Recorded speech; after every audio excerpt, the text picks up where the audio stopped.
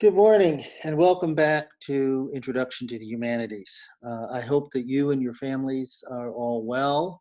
I hope that you are safe at home, that you are respecting as best as possible the practice of social distancing and abiding by the quarantine requirements of Dallas County and your local communities. The most important thing right now is to stop the spread of the coronavirus. And I hope that all of you are doing everything you can to contribute to that effort. I want to talk a little bit at this point about how we are going to resume the course in an online context. We began the course, if you recall, by looking at who we are and what we want to do with our lives, and only then beginning to ask what the various disciplines of the humanities might contribute to that reflection. Now, of course, our lives have been altered, have been interrupted in a fairly dramatic way. We don't know for how long, we don't know how deeply yet. There is a great deal of uncertainty. And so I thought the best way to continue was really to begin again, not in the sense that we won't pay any attention to the material we've discussed so far, or in the sense that you won't get credit for the work you've already done, because you certainly will, but in the sense of refocusing and engaging the question that we are all facing at the present moment. And that is, what is the significant meaning of this pandemic? What does it imply for our lives individually and collectively? So I have begun by posting some articles on the pandemic, a rather extended reflection from Atlantic Monthly, which looks at the likely long-term course and impact of the pandemic, especially in the United States, but also globally. A very brief article on Senator Lindsey Graham's interventions trying to prevent the expansion of unemployment benefits during the pandemic. And I will probably post a video just a little bit later in the week, expanding a little bit on why I thought that was significant. And then finally, a post that I found in one of the Facebook groups that I participate in by an Islamic scholar. So the first thing I'd like you to do is to read those. And then I have set up a discussion board asking you to, first of all, just discuss concretely the impact of the pandemic on your life. How has it affected you? What has been difficult? Has there been an upside?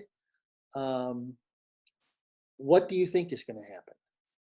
What do you want to see happen? Do you want everything to return to normal? What does that even mean at this point? Or do you see this as an opportunity for significant change, both personally and in terms of our direction as a civilization?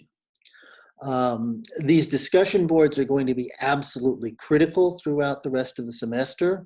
I'm going to be altering a lot of other things in the course as we go along. So you're welcome to read everything else that's posted. I'm going to leave it up there. We will be focusing on somewhat different kinds of material. There will be less emphasis on reading difficult texts, in part because my intention with those really was dependent on being able to go through them with you in class. We might try one or two, but I'm going to try to keep that to a minimum. There will be somewhat less emphasis on extended writing assignments. And I'm going to try to open up some opportunities for other kinds of projects.